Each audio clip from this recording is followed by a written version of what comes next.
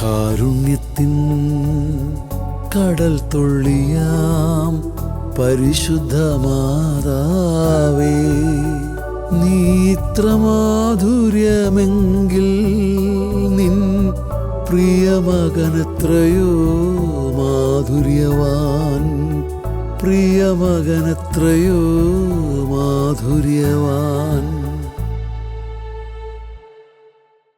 യേശുവിൻ്റെ ഏറ്റവും പ്രിയമുള്ള കുഞ്ഞെ, ഉത്തമഗീതം 8:5. ആത്മനാഥനെ ചാരി വിജനപ്രദേശത്തുനിന്ന് വരുന്ന ഇവൾ ആരാണ്? ആത്മനാഥനെ ചാരി വിജനപ്രദേശത്തുനിന്ന് വരുന്ന ഇവൾ ആരാണ്? ഉത്തമഗീതം 8:5 പരിശുദ്ധ അമ്മയെക്കുറിച്ചുള്ള ഒരു നിഴൽ വാക്യമാണിത്. വിജനപ്രദേശത്തു നിന്നുമാണ് അവൾ വരുന്നത്, പക്ഷേ അവൾ ചാരിയിരിക്കുന്നത് ആത്മനാഥനെയാണ്. നമുക്ക് വിജനതയുണ്ട്, നമുക്ക് ഭാരമുണ്ട്, എണ്ണിയാൽ ഒടുങ്ങാത്ത മരുഭൂമി അനുഭവങ്ങളുണ്ട്. പക്ഷേ നമ്മൾ ചാരുന്നത് ആത്മനാഥനെയല്ല.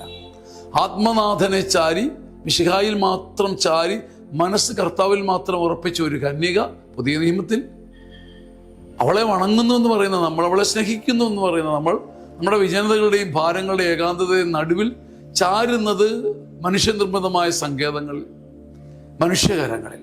ഇതാണ് മറിയവും നാമും തമ്മിലുള്ള വ്യത്യാസം.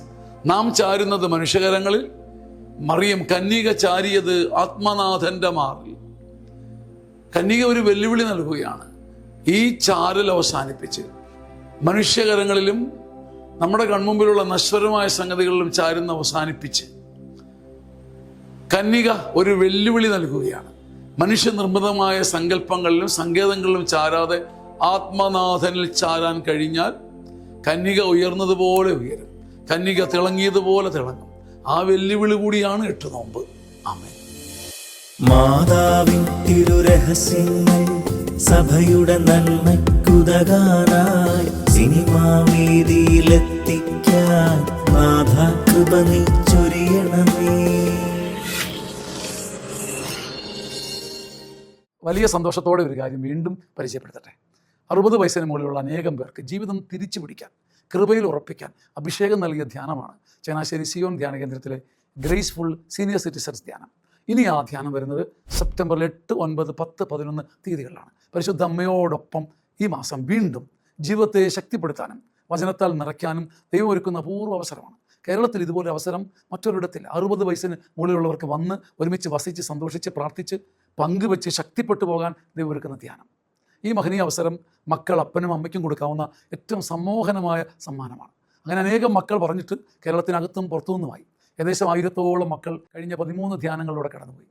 ഈ സുവർണ അവസരം മാതാപിതാക്കന്മാർക്ക് കൊടുക്കാവുന്ന ഏറ്റവും പരമമായ സമ്മാനം. അവർക്ക് വേണ്ടി എല്ലാം ഒരുക്കിയിരിക്കുന്ന, എല്ലാ വിധത്തിലും അവർക്ക് വേണ്ടി മാത്രം സജ്ജീകരിക്കപ്പെട്ടിരിക്കുന്ന ഈ ധ്യാനം നഷ്ടപ്പെടാതിരിക്കാൻ നോക്കണം. വിളിച്ച് ബുക്ക് ചെയ്യണം. കാരണം താമസ സൗകര്യം ഒരുക്കി പ്രാർത്ഥിച്ച് ഞങ്ങൾക്കും നിങ്ങൾക്ക് വേണ്ടി ഒരുങ്ങാനാണ്.